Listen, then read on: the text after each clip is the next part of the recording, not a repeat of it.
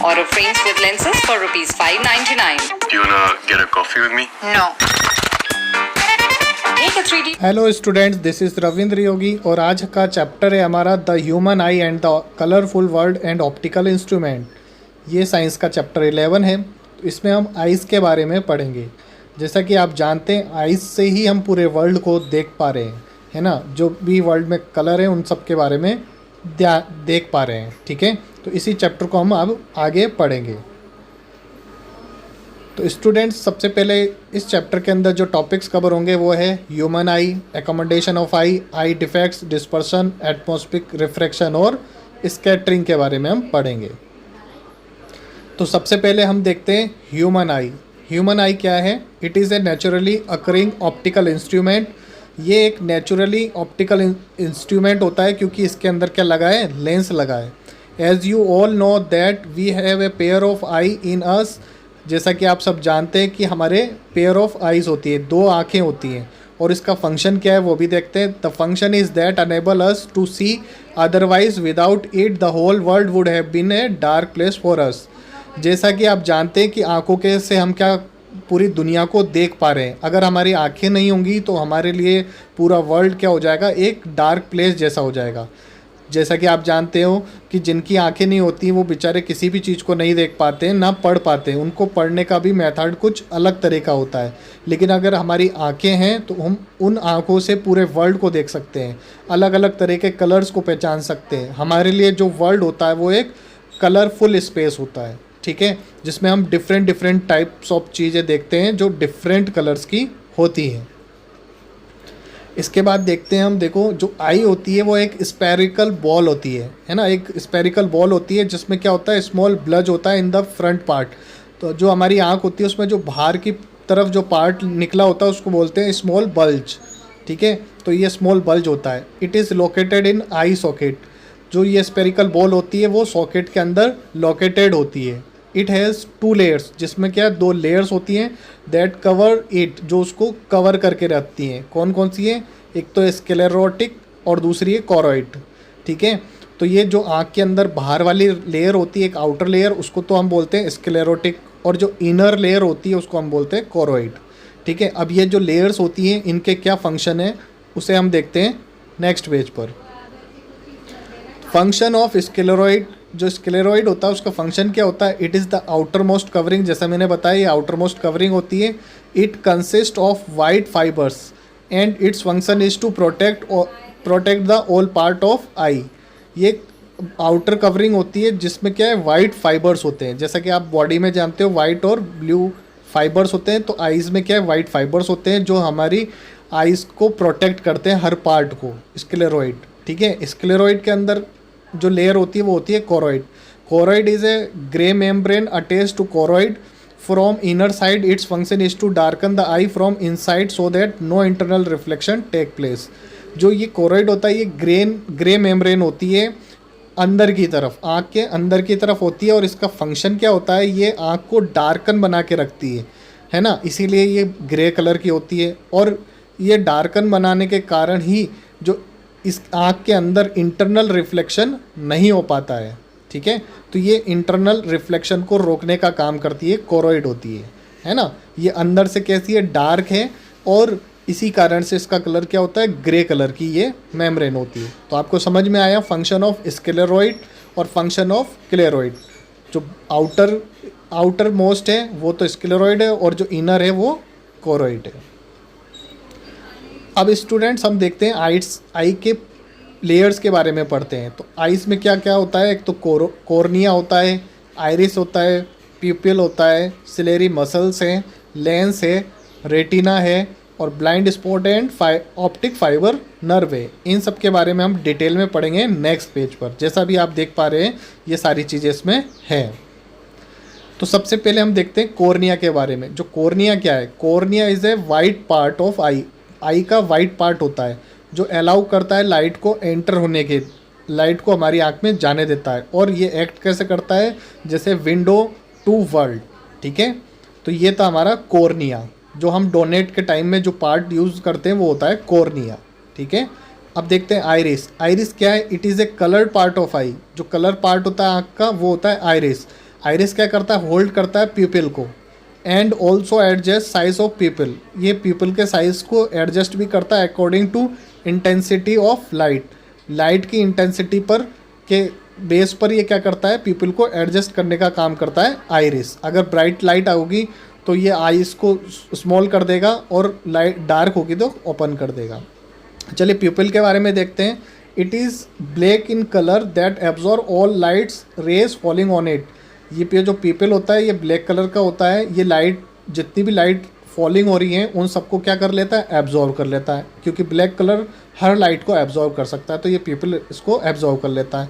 It get constructed when light intensity is high, जब light intensity high होती है तो ये कंस्ट्रक्टेड हो जाता है और लो होती है तो ये एक्सपेंडेड हो जाता है। इसके बाद हम देखते हैं सिलेरी मसल्स के बारे में। ये जो सिलेरी मसल्स हैं, इट होल्ड्स द लेंस, जो सिलेरी मसल्स होती हैं वो लेंस को क्या करती हैं, होल्ड करके रखती हैं और एडजस्ट करती हैं फोकल लेंथ ऑफ लेंस, है ना। जो लेंस की जो फोकल लेंथ है उसे एडजस्ट करने का काम कौन करती है, सिलेरी मसल्स करती हैं।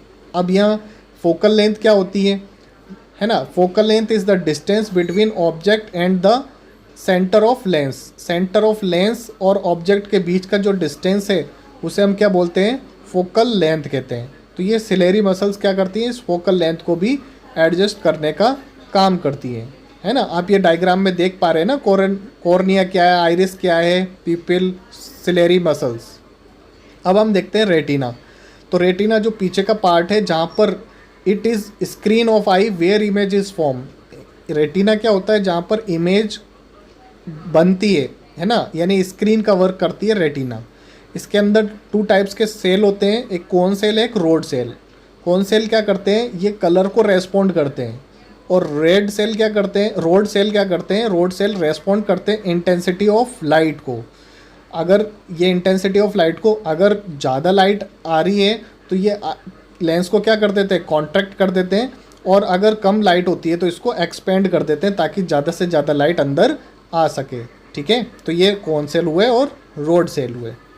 अब देखो स्टूडेंट्स, में एक होता है येलो स्पॉट। येलो स्पॉट क्या होता है, a point on retina where most clear image is form, ये एक ऐसा पॉइंट होता है जहाँ पर क्लियर इमेज बनती है, उसको तो हम बोलते हैं येलो स्पॉट, ठीक है।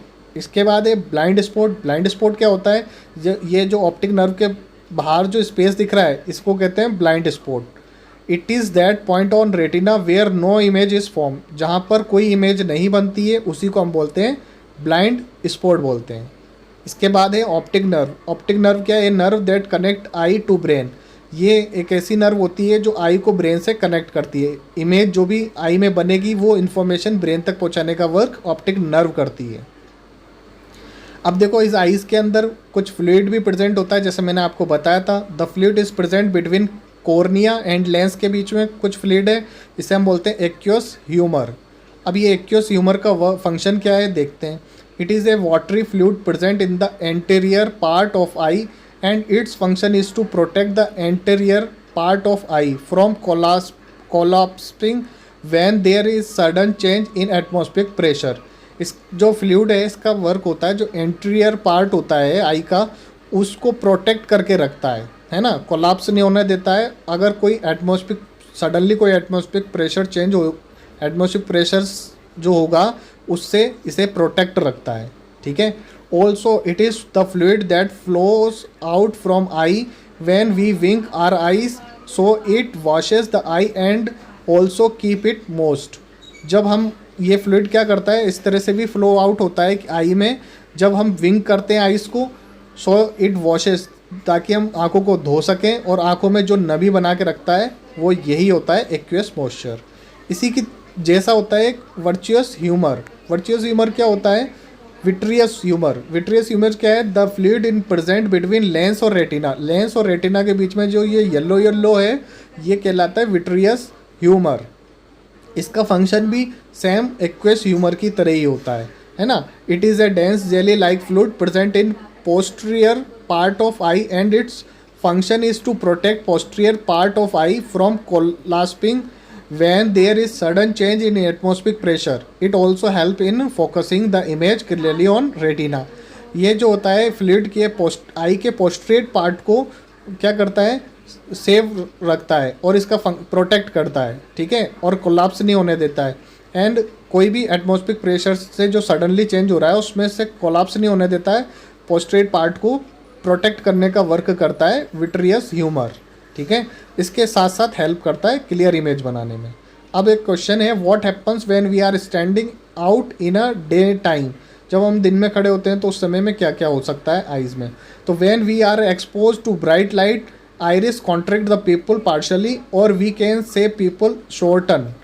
जैसा कि जब हम ब्राइट लाइट के अंदर खड़े हैं तो आइरिस क्या हो जाएगी, कॉन्ट्रैक्ट हो जाएगी, यानी सिकुड़ जाएगी, ताकि पीपल इसका सिकुड़ जाता है और इसमें जो we can say pupil shorten हो जाता है so that right amount of light, इसमें right amount of light enter कर सके और क्लियर इमेज फॉर्म हो, ठीक है। ज़्यादा लाइट होती है तो आंखें कॉन्ट्रैक्ट हो जाती हैं और उसके कारण एक अमाउंट ऑफ लाइट, जो right amount of light image अंदर आ सकती है। Whereas the in dark room it expand it gather more light in order to obtain clear image, जबकि इसका उल्टा होता है, डार्क रूम में ये एक्सपेंड हो जाती हैं और ज़्यादा से ज़्यादा लाइट एंटर कर सकती है। अब स्टूडेंट हम देखते हैं accommodation of eye. It is ability of eye lens to adjust its focal length so that clear image is form on retina that can be easily recognised by brain. Accommodation of eye का मतलब है ये आई जो eye lens होता है, इसकी ability होती है कि ये फोकल लेंथ को एडजस्ट कर सके ताकि आईज पे क्लियर पिक बने, रेटिना के ऊपर जो क्लियर पिक बने और ये पिक ऑप्टिक नर्व के थ्रू माइंड तक, ब्रेन तक पहुंचाई जा सके, जिससे वो उस पिक को क्लियरली समझ सके, ब्रेन उस पिक को समझ सके, ठीक है। इसके बाद in case of far off object, जब दूर रखा है कोई ऑब्जेक्ट तो क्या होगा, in order to see far off object are ciliary muscle lens and focal length undergo change. तो हमारी जब दूर रखा होता है ऑब्जेक्ट तो सिलेरी मसल्स, लेंस और फोकल लेंथ में चेंजेस होते हैं। क्या चेंजेस होते हैं देखते हैं। जो हमारी जो सिलेरी मसल्स होती हैं ये क्या हो जाती है, अगर ऑब्जेक्ट दूर रखा है तो रिलैक्स हो जाती हैं और ये रिलैक्स होने के कारण क्या होता है, जो लेंस होता है बिकम थिन हो जाता है और एनलोगेटेड हो जाता है ना, जिसके कारण क्या हो जाती है, इनके बीच की जो फोकल लेंथ है वो बढ़ जाती है, ठीक है। और इन case of near by object, अगर कोई ऑब्जेक्ट पास में रखा है तो अगर कोई ऑब्जेक्ट पास में रखा है तो भी इसकी फोकल लेंथ और सिलेरी मसल्स चेंज होंगी, है ना। सिलेरी मसल्स लेंस और फोकल लेंथ में चेंज होगा। वो किस तरह से होगा वो देखते हैं। इसमें सिलेरी मसल्स क्या होंगी, कॉन्ट्रैक्ट हो जाएंगी, जिससे लेंस क्या हो जाएगा, थिक एंड शॉर्ट हो जाएगा और फोकल लेंथ इसमें डिक्रीज हो जाएगी। अब हम देखते हैं आई डिफेक्ट्स। आई में कौन कौन से डिफेक्ट्स हो सकते हैं। तो इसमें पहला है मायोपिया। ये वेरी इंपॉर्टेंट है, आप इसे अच्छे से ध्यान रखना। मायोपिया को हम शॉर्ट साइटनेस भी कहते हैं।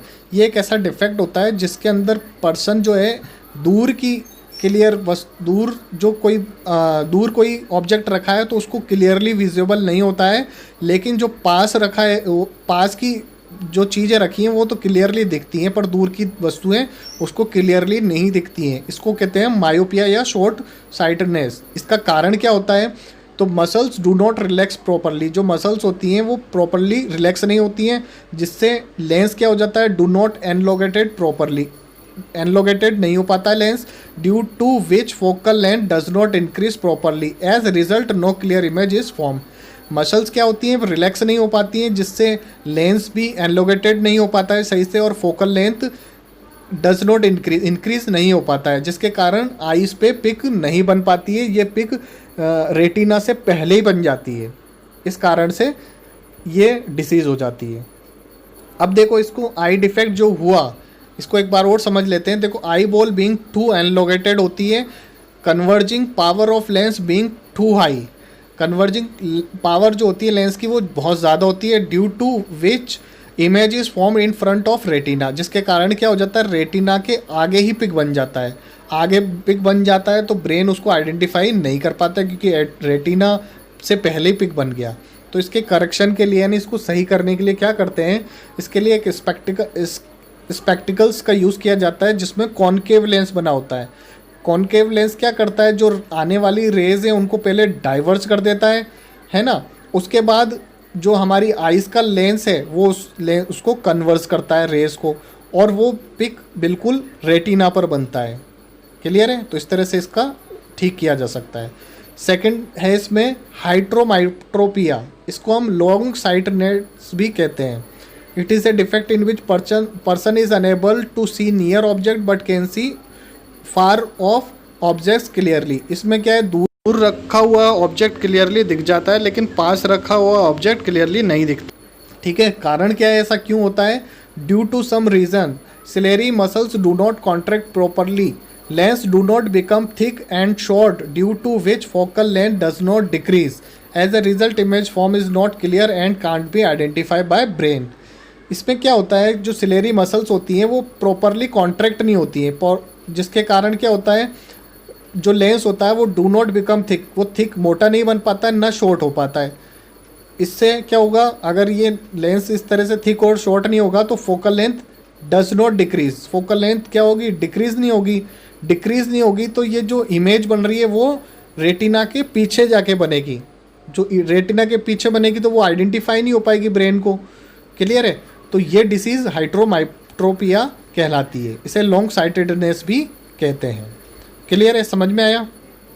अब आई डिफेक्ट मैंने अभी जैसा समझाया, eye ball being too short, eye ball जो होती है वो काफ़ी शॉर्ट हो जाती है, कन्वर्जिंग पावर लेंस जो होती है वो लो हो जाती है, जिसके कारण इमेज जो है रेटिना के पीछे बनती है।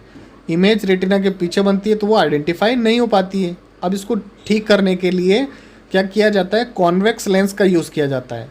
इसमें कॉन्वेक्स लेंस लगाया जाता है, जिससे क्या होती है, इससे जो पावर है वो इंक्रीज़ हो जाती है, लेंस की जो पावर है वो इंक्रीज़ हो जाती है, फिर ये कन्वर्स होने के बाद प्रॉपरली रेटिना पे अपनी पिक बना लेती है, और ये जो पिक है ये ऑप्टिक नर्व के थ्रू ब्रेन तक चली जाती है। तो ठीक है, हाइड्रोमाइट्रोपिया में जो हम लेंस का यूज़ कर रहे हैं वो लेंस कौन सा है, कॉन्वेक्स लेंस है, जबकि मायोपिया में जो हमने लेंस यूज़ किया था वो कॉनकेव लेंस होता है। ये वेरी इंपॉर्टेंट है, आपसे एमसीक्यू में भी पूछे जाते हैं।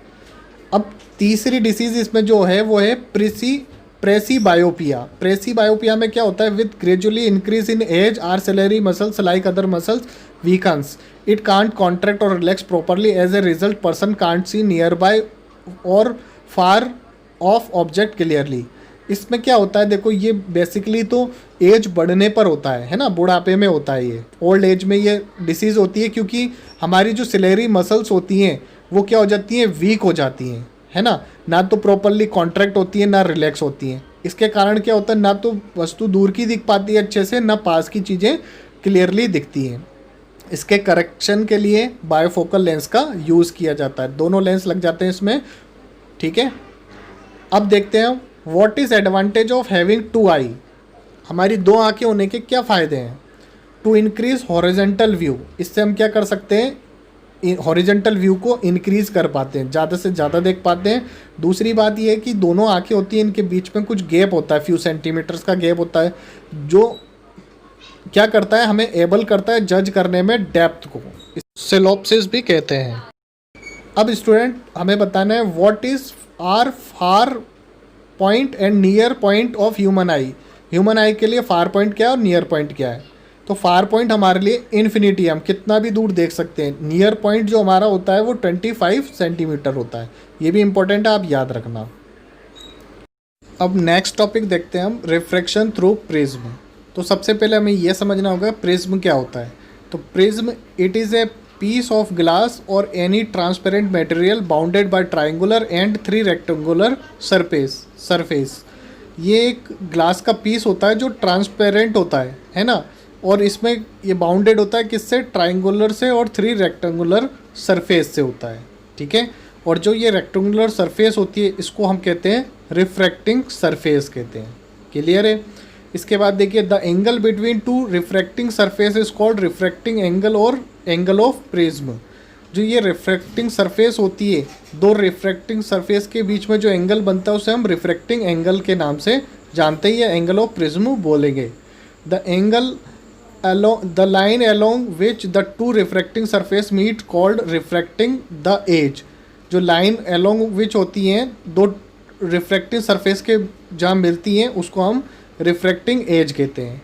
Any section of prism which is perpendicular to refracting edge is called the principal section of edge।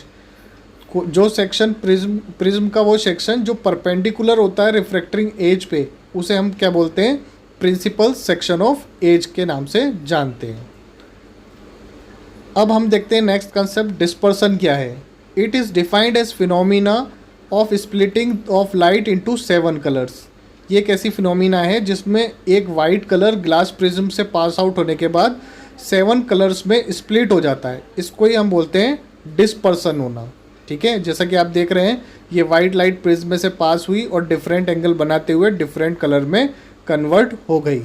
ठीक है, तो इसे स्पेक्ट्रम फॉर्म में रख सकते हैं और ये इस तरह से 7 कलरों में फैल जाती है।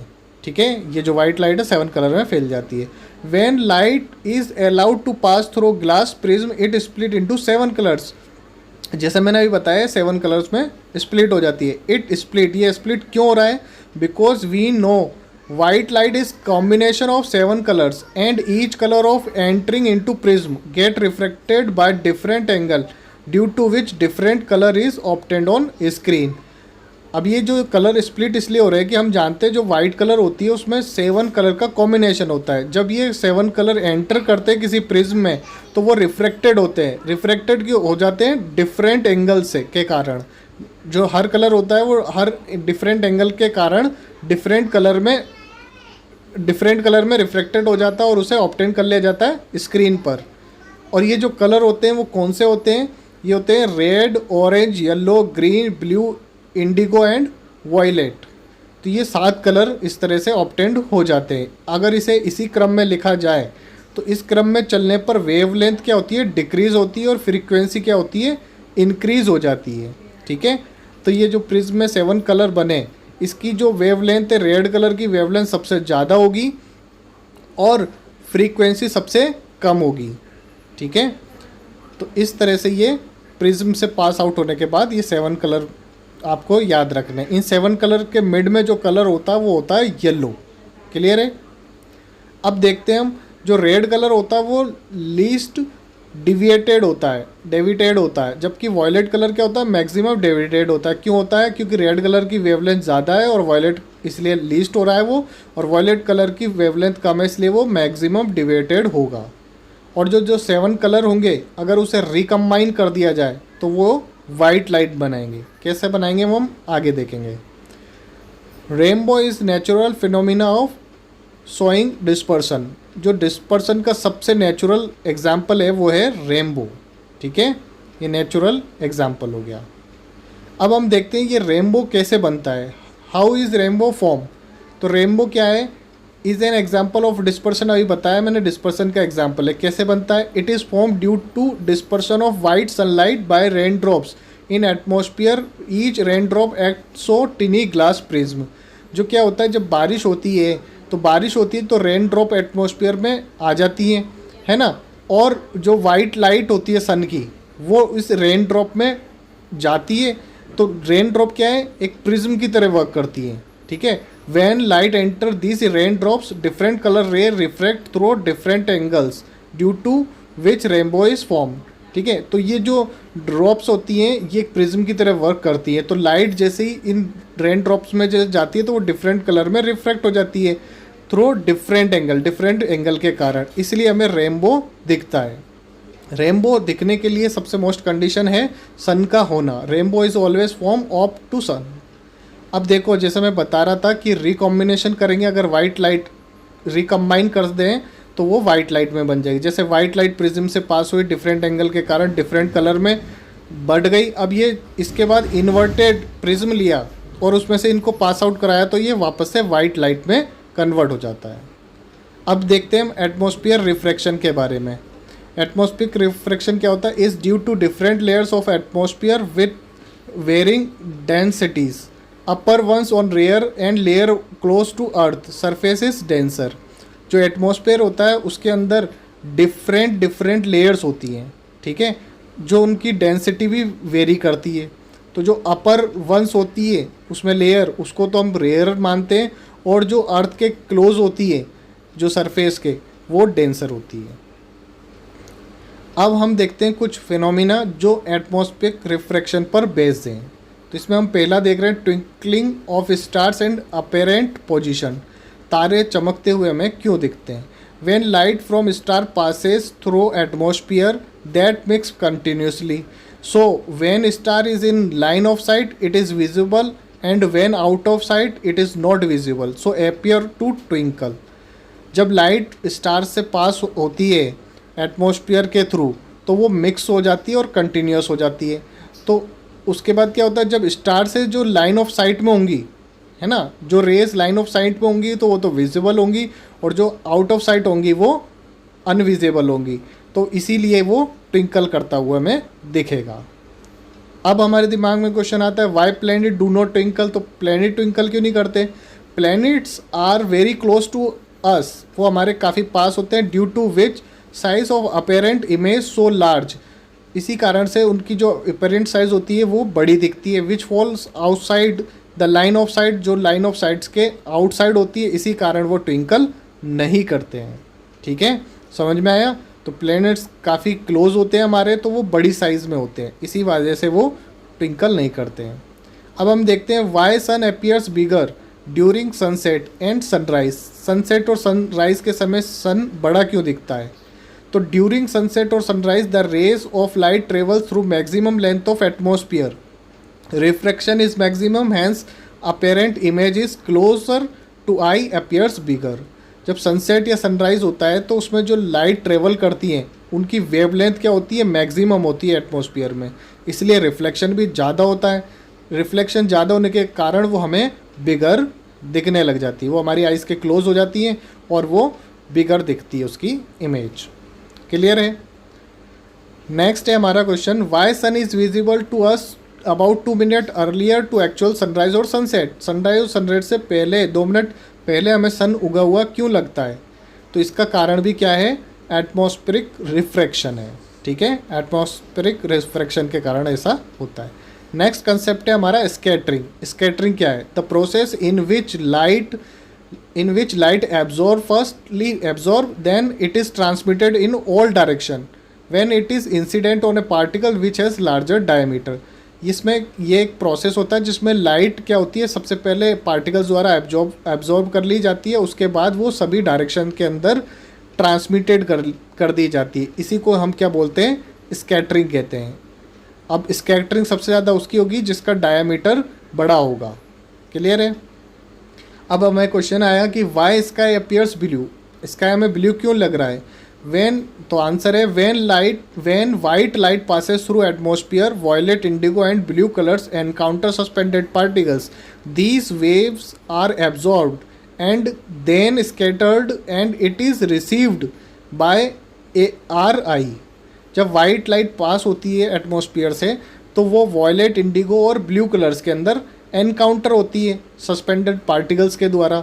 तो इसमें से जो ब्लू कलर होता है उसकी वेवलेंथ सबसे ज़्यादा है, तो वही एब्जॉर्ब कर ली जाती है और उसके बाद उसी कलर को स्कैटर्ड कर दिया जाता है, और ब्लू कलर स्कैटर्ड होता है इसलिए हमें वो स्काई ब्लू दिखता है। अब नेक्स्ट क्वेश्चन है हमारा, वाई सन अपीयर्स येलो। तो सन हमें येलो क्यों दिखाई देता है? The violet, indigo and blue colours are scattered in upper atmosphere. जो ये तीनों कलर थे वॉयलेट, इंडिगो, ब्लू, ये तो अपर एटमॉस्फेयर में क्या हो गए? स्कैटर्ड हो गए।